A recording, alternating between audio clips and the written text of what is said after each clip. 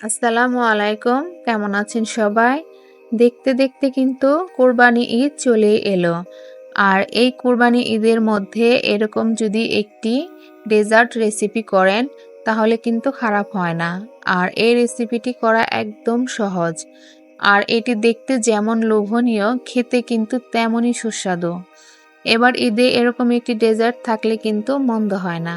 চলুন তাহলে দেখিয়ে দিই কিভাবে আমি এই শাহী টুকরা রেসিপিটি করেছি। প্রথমে আমি একটি ব্রেড নিয়ে বেলনের সাহায্যে একটু বেলে নেব। আর উল্টে পাল্টে সব সাইড থেকে একটু বেলে নেওয়ার চেষ্টা করবেন। তারপরে এর মাঝখান থেকে আমি কেটে দিব।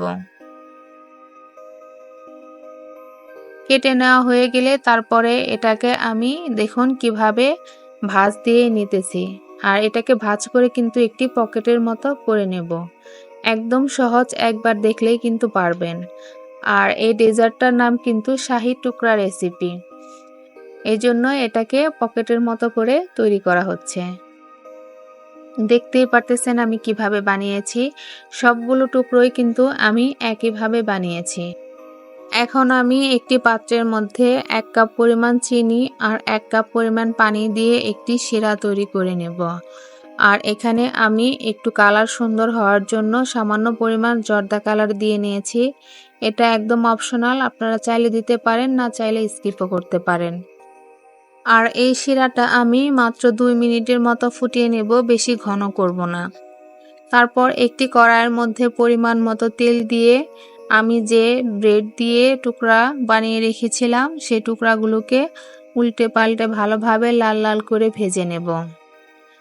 আর এই শাহী পকেট টুকরাটা দেখতে যেমন সুন্দর, এটা কিন্তু খেতে তেমনই মজাদার। বাসায় কোনো মেহমান আসলেও কিন্তু ঝটপট তৈরি করে নিতে পারবেন এই ডেজার্ট রেসিপিটি।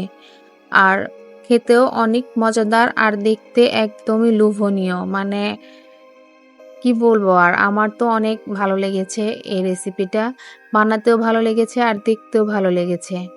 তো আমি একই নিয়মে সবগুলো পকেট টুকরা যেটাই বলেন ভেজে নেব লাল লাল করে।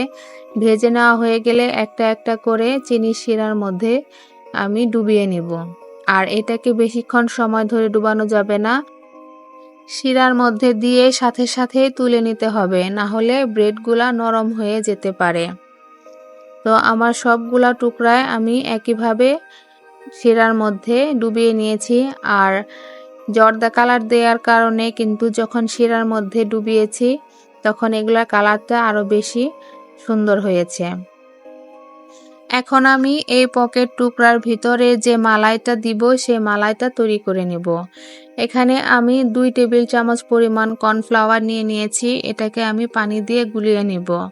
তারপর এখানে একটি কড়াইয়ের মধ্যে আমি 2 কাপ পরিমাণ লিকুইড দুধ দিয়ে নিব। আর এই দুধটা আমি আগেই জাল করে নিয়েছিলাম। তারপরে আমি এখানে দিয়ে নেব 2 টেবিল চামচ পরিমাণ চিনি। আর মিষ্টিটা আপনারা আপনাদের টেস্ট মতোই দিবেন, কারণ আগেও চিনির শিরার মধ্যে আমি পকেট টুকরাগুলো ডুবিয়ে নিয়েছি, এই কারণে মিষ্টিটা একটু কমই দিতে হবে। এখন আমি দিয়ে নেব 1/4 কাপ পরিমাণ মিল্ক পাউডার। আর দেওয়া হয়ে গেলে সব উপকরণ একটু ভালোভাবে মিশিয়ে নেব। তারপরে দিয়ে নেব আগে থেকে যে গুলিয়ে রেখেছিলাম কর্নফ্লাওয়ার, সেই মিশ্রণটা দিয়ে সব উপকরণ ভালোভাবে মিশিয়ে তারপরে চুলাটা জ্বেলে দেব। আর এ পর্যায়ে অনবরত চুলাটা নাড়তে হবে, না হলে নিচে লেগে যেতে পারে। আর নিচে লেগে গেলে পোড়া পোড়া একটা গন্ধ আসবে, তাই অনবরত নেড়ে চেড়ে এটাকে রান্না করতে হবে। দুধের মধ্যে বলক চলে আসলে এখানে আমি 1/2 চামচ পরিমাণ এলাচের পাউডার দিয়ে দিব। এতে করে টেস্ট ভালো আসবে আর সুন্দর একটা ফ্লেভার আসবে। তারপরে এটাকে নেড়ে চেড়ে আমি ঘন করে নামিয়ে নিব। আর এই মালাইটা তৈরি করা হয়ে গেলে যে আমি আগে থেকেই টুকরাগুলা রেডি করে রেখেছিলাম, এই পকেট টুকরার ভিতরে মালাইগুলো আস্তে আস্তে করে দিয়ে দিব। দেখুন দেখতে কত সুন্দর লাগতেছে। তো একইভাবে আমি সবগুলো টুকরার মধ্যেই কিন্তু মালাইগুলো দিয়ে দিব।